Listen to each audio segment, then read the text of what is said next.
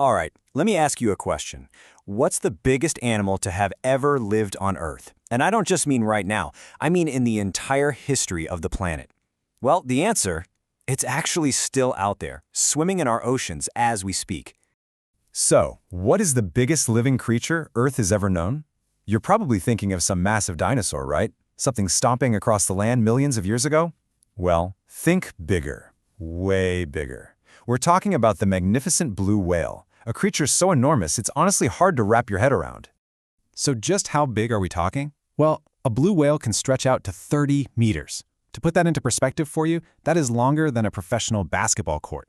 It's an animal on a scale that almost feels unreal. And okay, its weight? That's even more mind-blowing. It can get up to 180 tons. That's heavier than any dinosaur we've ever discovered. So let's be clear, this isn't just the biggest animal alive today, it is the biggest animal ever. Okay, so we've established it's the biggest creature ever. But those numbers, 30 meters and 180 tons, they're so huge it's tough to really get it. To truly understand its size, we kind of have to look inside. And this is where it gets crazy. You ready for this? Its heart is the size of a small car, and its tongue, just its tongue, weighs as much as an elephant. I mean, we are talking about a living, breathing giant on a scale that is just colossal. Now, you'd think an animal this huge would be some kind of terrifying predator, right? But the blue whale is the absolute opposite. It's a total gentle giant. And maybe the most surprising thing about it, it doesn't have a single tooth in its head. So that begs the question, how does the biggest animal in history eat with no teeth? Well, the answer is just a genius bit of natural engineering. See, instead of teeth, blue whales have these things called baleen plates. They have hundreds of them hanging down from their upper jaw, and they're made of keratin, the same stuff that makes up our hair and fingernails. They basically work like a giant comb or a sieve. The whole process is actually pretty simple, but it's incredibly effective. First, the whale just opens its massive mouth and takes in a gigantic gulp of ocean water, which is full of these tiny, shrimp-like critters called krill. Then it uses its huge tongue to push all that water back out through the baleen plates. The water escapes, but all the thousands of krill get trapped inside. And then, it just swallows. It's so efficient it can eat over 3 tons of krill in just one day. Okay, so this whole filter feeding thing, it brings up a question a lot of people have. Thanks to all those old stories about sailors. Could a blue whale actually swallow a human? The answer is absolutely not. No way. Despite being the biggest animal ever, it is biologically impossible for a blue whale to swallow a person. And here's why. First off, it's not a predator. It has zero interest in humans. But even if it did, its throat is surprisingly small. It can't swallow anything much bigger than a grapefruit or a beach ball.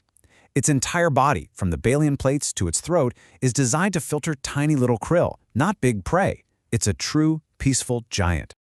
All right, so let's shift gears and talk about the life of a blue whale. They lead these incredible lives, constantly on the move, undertaking these epic migrations that follow the seasons across the globe. It's a pretty amazing cycle.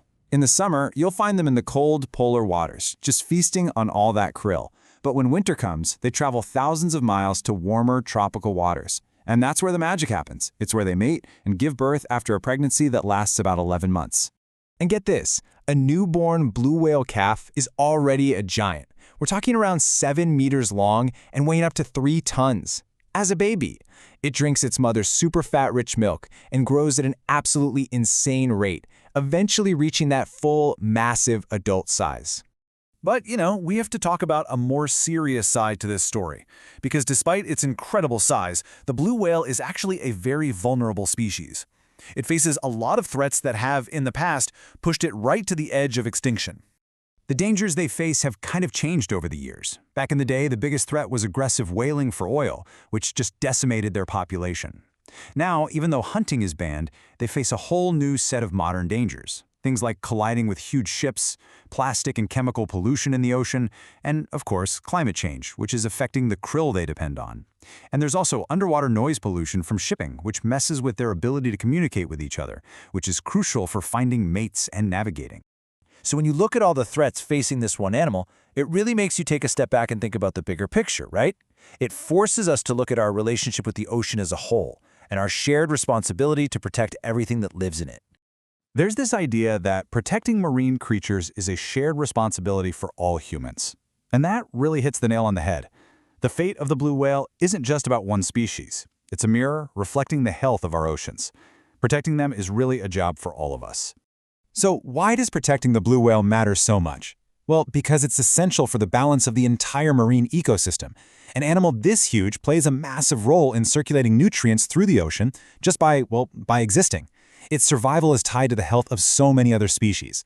So when we talk about protecting this gentle giant, we're not just talking about saving one animal. We're talking about preserving the balance of life for the whole ocean. And that really leaves us with a final, pretty heavy question to think about. How would the disappearance of this giant affect our oceans forever? I mean, the blue whale is this living, breathing symbol of the power and majesty of nature. If we let the largest creature that has ever existed just disappear, what does that say about us? What kind of quiet would fall over the oceans if it was gone for good?